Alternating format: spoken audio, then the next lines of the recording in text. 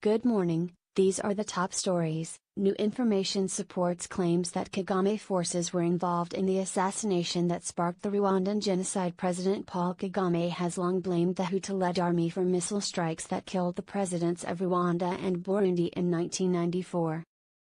But now, serial numbers of missiles from the same series as those involved in the assassination have been found in the missile lists of the Ugandan military, which supplied weapons to Kagame's Tutsi rebels.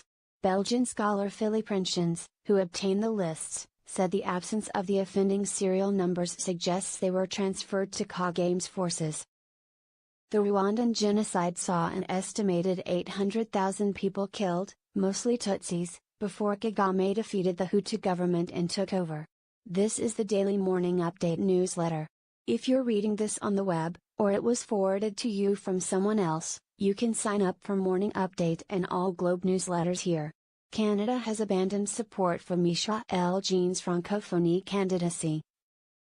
Ottawa decided to stop backing Jean's re-election bid for Secretary General to avoid alienating allies who have united behind a different candidate.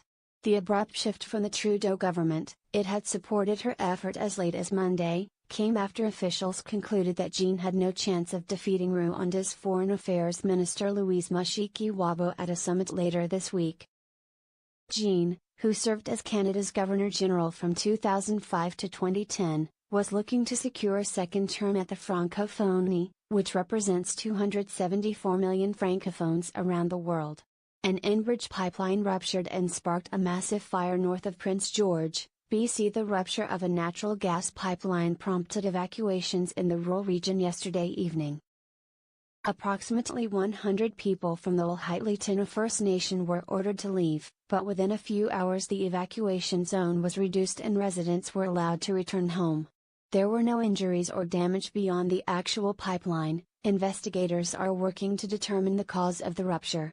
Quebec's new government is weighing limiting a religious symbols ban to new hires. Coalition Avenir Quebec still wants to implement a ban on civil servants including judges, police and teachers from wearing religious symbols. But François Legault's party says it's open to a compromise in which the ban would only be applied to new hires or those in appointed positions. The CAQ position is based on a report from a decade ago which suggested officials with coercive functions shouldn't wear religious garments. But those recommendations didn't include teachers. And the CAQ isn't going to follow through on the suggestion to take down the crucifix in the National Assembly. What Jean Chrétien thinks of Trump and the US-Imca trade deal. He was supposed to be out of NAFTA weeks after he became president. And now he changed the name, and it's the best deal ever, since God created the earth, the former prime minister said in an interview for subscribers. Chrétien, who calls Trump unspeakable in his upcoming book, says he's not able to take the president seriously. He warned that Trump's demeanor will have long-term consequences for the United States standing on the world stage. It's not good for America. And it's not good for the globe. Got a news tip that you'd like us to look into? Email us at tips@globeandmail.com. Need to share documents securely? Reach out via secure drop in case you missed it. Nikki Haley is resigning as the U.S. ambassador to the UN. Her planned departure will reduce the already small number of high-profile women in Trump's cabinet. Haley was an early critic of Trump and her appointment was seen as an olive branch.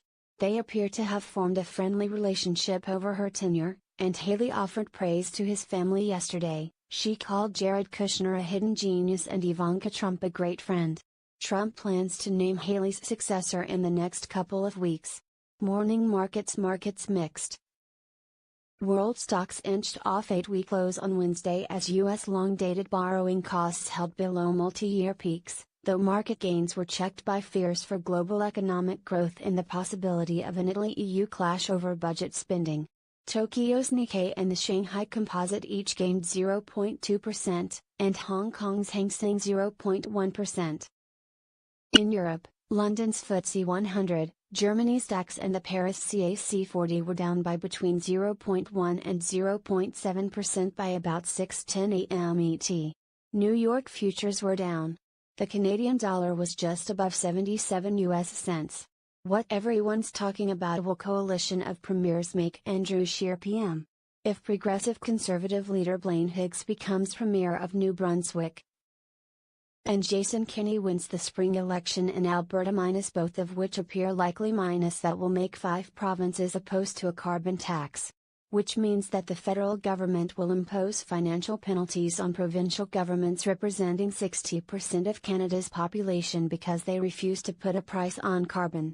Scheer also opposes the carbon tax, which will be a front and center issue in the next election. A coalition of premiers campaigning to axe that tax would be a powerful asset for the Conservative leader. It could help make him Prime Minister. John Ibbotson, for subscribers, why are Canadian governments funding American tech innovation? Mob Squad and Terminal are set up to employ high-skilled data scientists and computer engineers in Canada to do work for Silicon Valley startups, who can't find the talent to fill jobs in their market, either. Mob Squad and Terminal can charge Silicon Valley prices, pay lower Canadian wages and rent, and pocket the difference, a gap so large that venture capitalists have piled in to fund them both. While it's fair game for savvy entrepreneurs to exploit a cost advantage, it's disturbing to see governments cheering on and bankrolling this activity. Is this the kind of podium Canada wants to own? If so, then we are competing not with Silicon Valley but with markets such as Bangalore and Ukraine, on price. Globe editorial: with Trump, there can be no Canadian-US rapprochement. The US president still has no plans for a visit. He isn't interested and Canadians wouldn't want him anyway. The new trade agreement has some benefits for both countries. It likely wouldn't have happened were it not for Trump forcing a North American free trade agreement renegotiation in the first place, but that won't change the Northlanders' attitude toward him. The differences are so deep there can be no rapprochement. For Canadians, he is the least respected president since the dawn of polling. The reasons go beyond the insults, the threats, the unfounded accusations. It's because of what he represents, which is anathema to all but a small percentage of Canadians, most of whom are on the far right. Lawrence Martin: Living Better. What's new on the ski slopes this winter? Competition is leading to improved options for globe-trotting skiers and snowboarders. Alterra Mountain Company recently introduced a multi-resort Icon Pass to challenge Vail Resorts' Epic Pass, as the two corporations invest more than $250 million in upgrades at many of their collective 31 resorts. Meanwhile, the new Pangea Pod Hotel in Whistler is being billed as Canada's first pod hotel. Read all about the changes happening from BC to Quebec and beyond. Moment in time: tuxedo first worn in North America. October 10, 1886, it is, oddly, the Great Leveler, a garment equally suited to Cary Grant and a gangly teenager on his way to the prom. Properly fitted and deployed, the tuxedo is the modern gentleman's equivalent of evening armor. The origins of the formal suit are obscured by the fog of legend, but almost certainly began with the famed Savile Row tailor's Henry Poole, which in 1865 created for the Prince of Wales a short celestial blue evening coat to be worn at informal dinners at Sandringham. Midnight blue is still an acceptable color for a tuxedo. Please see James Bond in Skyfall, in 1886.